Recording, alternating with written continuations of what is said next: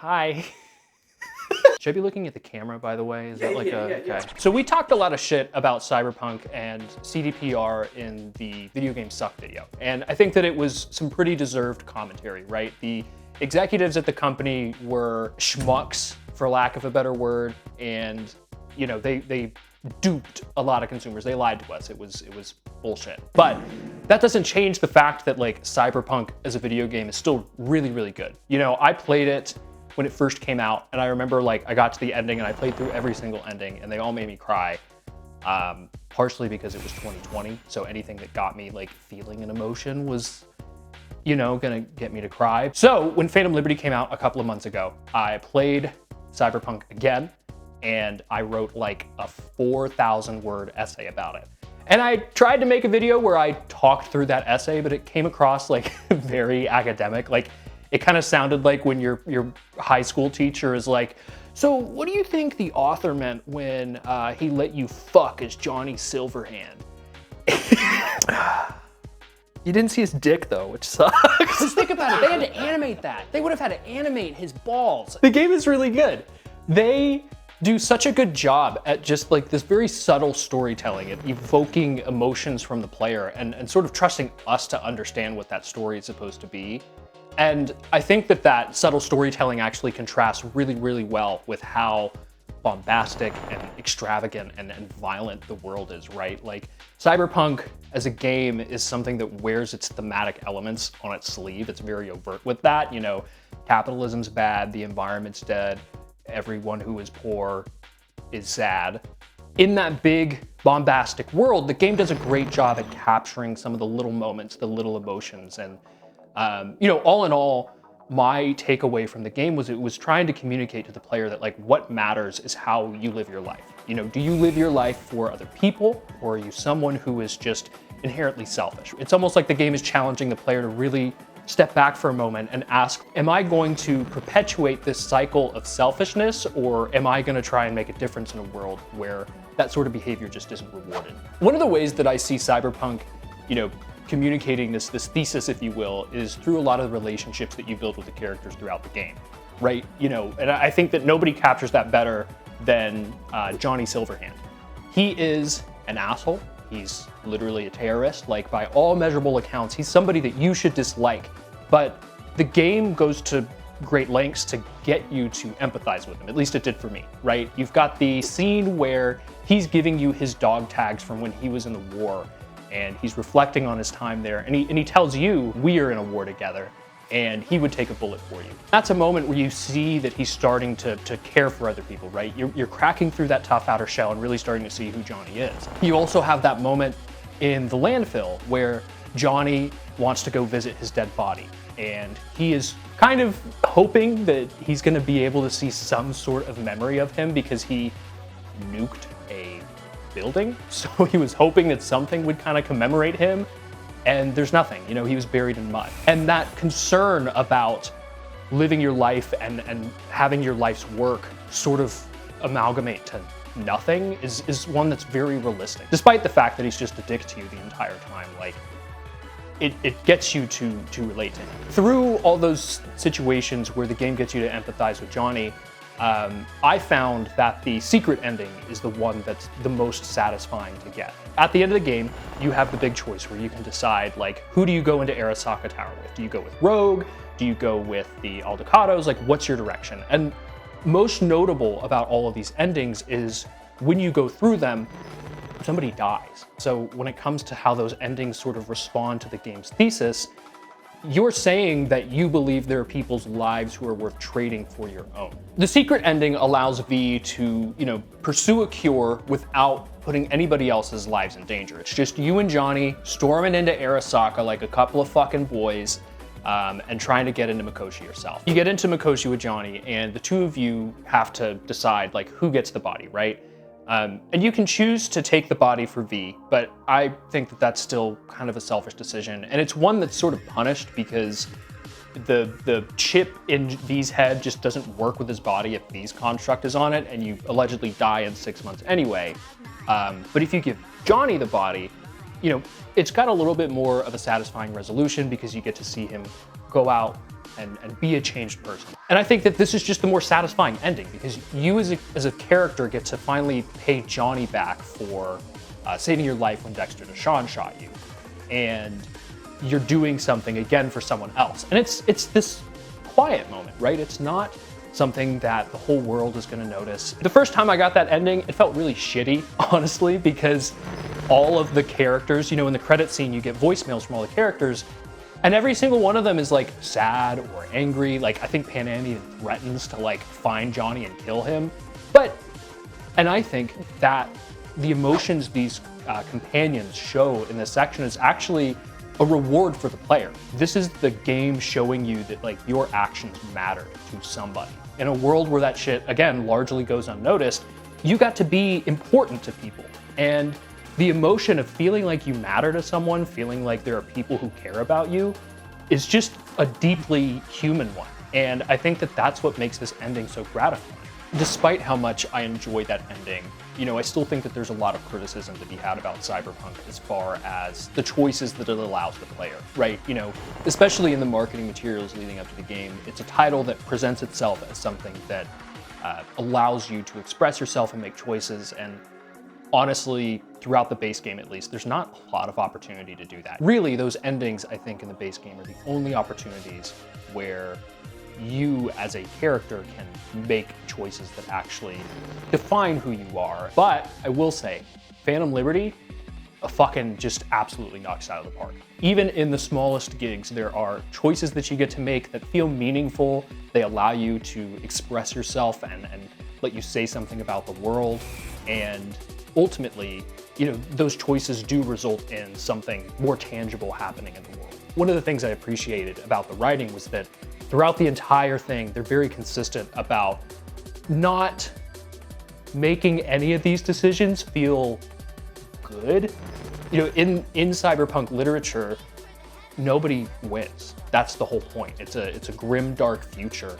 And, it could have been really easy to let V get a happy ending through this game, but I felt that, top to bottom, the writers did a really excellent job at being consistent and making you carefully consider the decisions that you make and then kind of still making you feel like shit after you've made those decisions. Before I talk about how the main story of Phantom Liberty does that, I want to discuss one of the smaller gigs inside of it called the Talent Academy.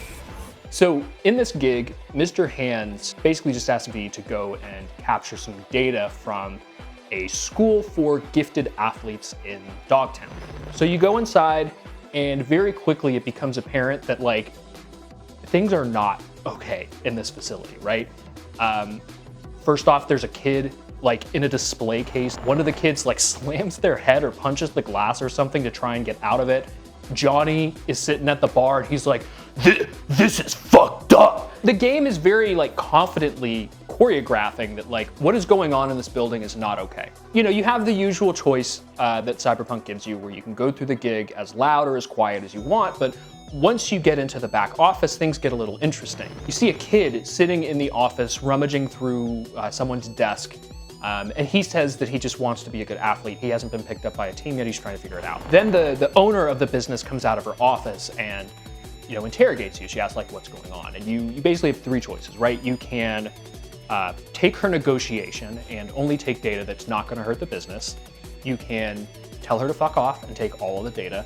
Or you can do what I did and you can tell her to fuck off, take all the data, and then kill her to make sure that this doesn't happen anymore. I felt really good about it, right? Like who doesn't feel good about standing against capitalism and child exploitation? However, to my surprise, the game actually questioned me on whether or not I made the right choice. It wasn't immediately, but a little later, I went up to one of the store vendors and the kid from the office was sitting with the clothes vendor. And the shop owner, who was the kid's dad, just lost his mind about, my kid had his future taken away. I can't believe that whole building got shut down. And it catches you off guard for a minute because you, again, feel like you made the unquestionably ethical choice to shut the building down. But that moment really made me pause and think, like, did I make the right choice? I was in the building for the sum of maybe 15 minutes. Could I really have understood everything that was going on there? If these kids end up on the street and die because Dogtown is such a dangerous place? Are their lives on my hand because they were safe in the athletic facility? And ultimately, like, I feel like I made the right call, you know? I don't think that selling your child to a corporation for the potential of lifting your family out of poverty is a good thing to do, but the game's willingness to sort of push back and just make me pause for a minute and really consider, did you make the right choice? It's great writing, and that ambiguity, I think, is what makes the writing of Phantom Liberty so excellent, especially because when you are talking about the main story of the game, shit is amped up to 11. The way that Phantom Liberty brings that same ambiguity and depth of choice is by having different characters, Somi and Reed, represent opposing answers to the question I talked about earlier in the video, which is, who do you live your life for? And making that decision is difficult because Somi and Reed are both well-written characters. You spend a lot of time with them in the game, so you really get the opportunity to empathize with their situations. And those situations are ones that parallel with V and Johnny's, making it something that feels very personal to the player. On one hand, you have Somi, who was effectively blackmailed into joining the FIA and used as a weapon by President Myers to dive beyond the Black Wall. I won't get into all the lore behind why the Black Wall and all the AIs that sit behind it are so dangerous. I really recommend checking out Everbaron's YouTube channel if you're interested in learning more about that. But all that matters is that she's sick and she's looking for a cure, which is, you know, exactly what V is doing in this moment. On the other hand, you have Solomon Reed, who has this steadfast loyalty to the FIA, and despite the fact that he often doesn't feel comfortable with the decisions he's required to make, he is always going to make a decision that is in line with what their efforts are, right? If he has to kill somebody, it's justified because it's serving the greater cause of whatever the FIA is going for. And Reed is a parallel of Johnny, and this is a little bit more directly written out because Johnny just straight up says he reminds him of himself. So, you know, knowing that Johnny became a terrorist when he defected from the military, you can understand why Reed might be scared to start to question some of his beliefs. Songbird and Solomon Reed both represent different worldviews, and again, this lets the player sort of make a statement on that main question I talked about, who do you live your life for, because of the outcomes that happen for V as a result of siding with those characters. By siding with Somi, the player gets to claim that they are living their life for other people. While, you know, throughout the whole game, Somi is promising V that there's a cure, it comes out at the very end that there's only a cure for one person, and you can choose who you give it to, but in the one where you fully help Somi, you're choosing to give that cure to her, right? And that's a selfless decision. You're choosing to help one other person and prioritizing their well-being over your own. But there's a lot of reasons that this decision is actually a really selfless one. First, the AIs are really, really dangerous. And if you put Somi back into the hands of the NUSA, then there's a good chance that either a global conflict is going to erupt when it comes out that Rosalind Myers is using her to dive beyond the Black Wall, or, God forbid, Myers just gets access to all those AIs and starts weaponizing them to terrorize a lot of people. And admittedly, that's a conclusion that feels satisfying to me, who is very interested in the lore of Cyberpunk, but you gotta give credit to the writers for letting the player sort of just kind of take what would happen if I give her to the president to its logical conclusion. Siding with Reed, however, undoes all of those things that we just talked about, and I believe that it leads to arguably one of the most selfish decisions that you can make for V in the game. You know, aside from the fact that now you're potentially risking global conflict or the AIs getting out from behind the Black Wall, you're also just making a statement that you see Songbird as a weapon for the NUSA to use and not a person who is deserving of independence and freedom. It's an understandable decision to want to side with Reed, of course. Somi lies to you throughout the entire DLC, and you do real work with Reed. You get to build a relationship with him. And the NUSA is promising V a cure, and that is an entity that makes good on its promises. I believe that my reading of this ending is reinforced by some of the gameplay changes that happen once you start going down this path. First off, Alex dies, and that is really poo-poo bad stinky, makes me sad in my tummy. Alex is someone who didn't ask to be in this situation, and She got killed. That's blood on your hands because of the choices that you make. But beyond that, there's a scene of the game where you're going through these corridors trying to get to So-Mi, and there's a big robot that is chasing you through it. And it's fucking horrifying. It literally turns into a horror game because you have no way of defending yourself. You've got to like creep around the halls to get to all these different computer screens and try to open the door that So-Mi's hiding behind. And it like, it just like comes in and it fucking, I had to take my headphones off. I felt like a giant baby.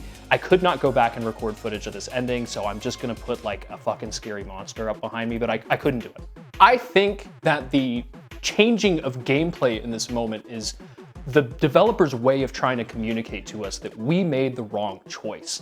Cyberpunk, like many video games, is about power fantasy. It just completely turns the gameplay on its head, right? And it was sort of immersion breaking for me, but not in a bad way. It just really emphasized, like, you're doing the wrong thing. You should feel uncomfortable with the decision that you're making.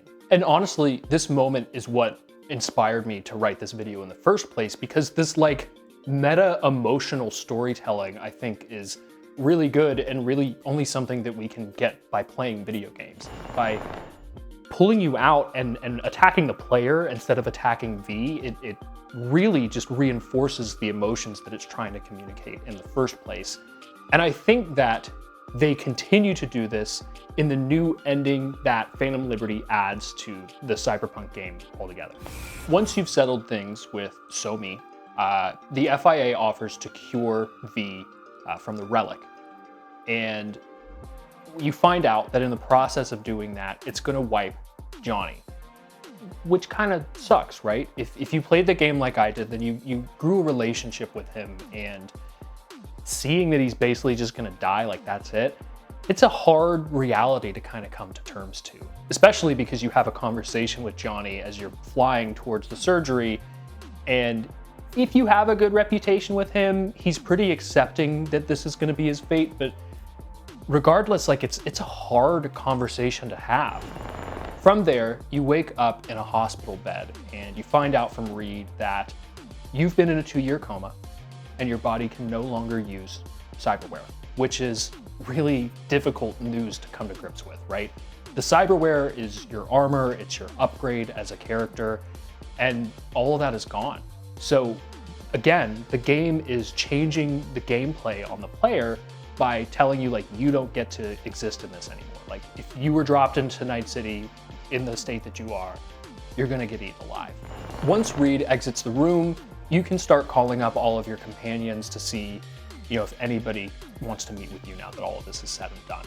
And if you're like me, you immediately called Pan Am because I love you.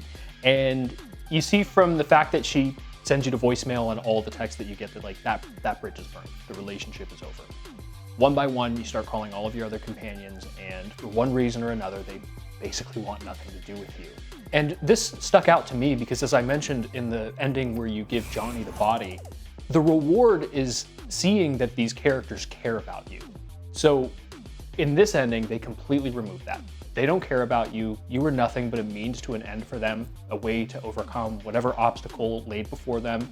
And now that you are weak and powerless, you do not have any friends anymore. I see these results of your body not working in the way that it used to anymore, and the friends that you made along the way not being as close to you as they used to be, as a way that the game is attacking the player, similar to how it did whenever it turned into a horror game for a couple of minutes. Basically, we all come to video games to have some sort of escapism, to enjoy a power fantasy. And what Cyberpunk is doing here is making the situation now parallel our own, right? I'm in my mid-20s, so this is a progression of life that I'm pretty familiar with right now. I'm getting older, so my body doesn't work the same way that it used to anymore. I have relationships with friends that are growing apart, and it's really difficult. And the game is basically telling you like, hey, you made the wrong choice. Now these problems are similar to your own. There's no game left for you here anymore. Experiencing this was bittersweet.